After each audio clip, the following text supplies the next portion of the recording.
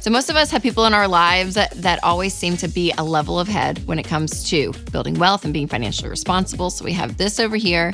And then we also have technology over here, something called ChatGPT. So what do these two things have in common? Well, you're about to find out. Make sure to like, subscribe, and share this episode with a friend. So we went to ChatGPT to compile a list of habits that people who never overspend swear by. And y'all, I gotta tell you, I was pleasantly surprised. It gave me a list, so I thought it would be fun. Because I went through the list, y'all, and I was like, oh my gosh, I agree with all of these.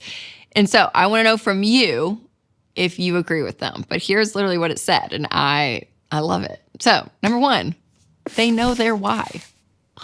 Yes and amen.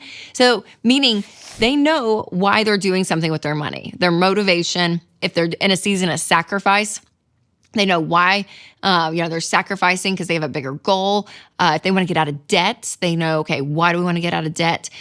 When they're giving and being generous, they know why, because they want to change their family tree. I mean, they are so motivated by the underneath level, if you will, when it comes to their money, not just always like the numbers and stuff. So that can motivate you for a little bit. But if you don't have that why, when things that are hard in life hit you financially, that why is what carries you through most of it. And so when that came up at number one, I thought, yes. All right, number two, they intentionally track their spending. Okay, y'all, I did not make this up. And I don't think my ChatGPT knows it's like me, Rachel Cruze, that does this. So when it said this, I was like, oh my gosh, yes. So it is true because people don't mindlessly just spend all the time whenever. They really do know what they're spending. And when they spend it, they actually keep track of it. It's not just in their head. They don't have something in their head that they're just like, okay, I'll figure this out here. No. They're very intentional. And it is incredible. Now, when you track your spending, you can still enjoy it, right? That's the purpose of it all. But I agree with this point 100%. All right, number three, they budget on purpose. There's that budgeting thing.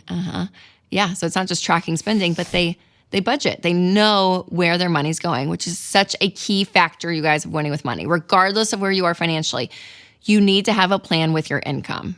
You need to know where it's going because when you file taxes every year, I don't want you to look at that number and be like, holy crap, I made what? Where is it? Where did it all go? That you know exactly the job your income had when it hit your account and you know what's going on. Now, if you need a great budgeting app, Every Dollar is wonderful. Make sure to check it out. Number four, they limit credit card use. All right. Limit, I'd say completely do away with, if this is my list. They don't use credit cards, but this idea that they're not going to depend on other people's money to live their lives. And when you stop that, and you actually live in the present and you use cash or your debit card or Apple Pay with your debit card, whatever it is, and you are actually in the moment, it is incredible that once that purchase is made, you're done. You're done. You're not waiting on some bill to pay everything later. You can continue to look through the windshield of your financial life. And that's what I love. You just have full control, full autonomy, and that credit cards and banks aren't part of your life. All right, speaking of banks and all of that, I do want to tell you about one of our sponsors who offers incredible support as you work the Ramsey plan, Fairwinds. Y'all, when you are in the baby steps, your bank shouldn't be working against you. That's why I love Fairwinds Credit Union. They share Ramsey values like getting out of debt, saving for the future, and putting people first. Their smart checking and savings bundle was designed to line up with the baby steps. When you are ready to move your money somewhere that supports your financial goals, Fairwinds is what you've been looking for. Head to fairwinds.org/Ramsey to open your smart checking and savings bundle today. And also another incredible sponsor that we have is Christian Healthcare Ministries. And they really do help enhance your experience with healthcare coverage.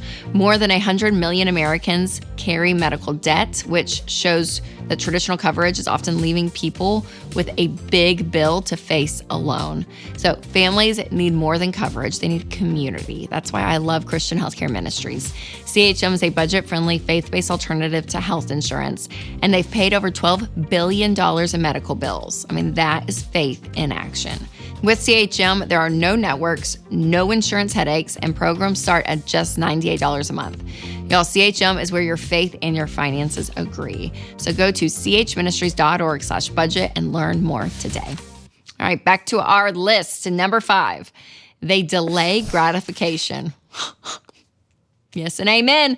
Y'all, instant gratification is killing us. Like when we see something we want and we just go buy it, we don't think about it, we don't look at our budget, we don't do any of that, we just do it. When that is your life, you end up spending so much money. But delayed gratification shows a level of maturity where you can walk away from a purchase, sleep on it, see if you still want it a day or two later, and then you can go back and buy it. But this is a major perk to win financially.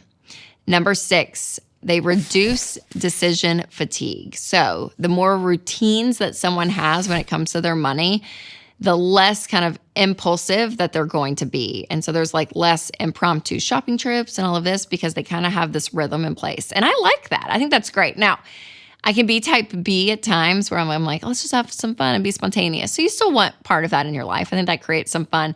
But when you have routines and you know what's going on, like, okay, I check every dollar every morning and I track transactions. I meet with my spouse every month, once a month before the month begins to do our budget. We give on this date, our tithe goes out from our account to the church this day. I mean, like when you have routines in place, it really does help. All right, number 7, they actively practice gratitude. Yes, it is incredible when you realize that stuff isn't the thing that's just going to bring on more happiness.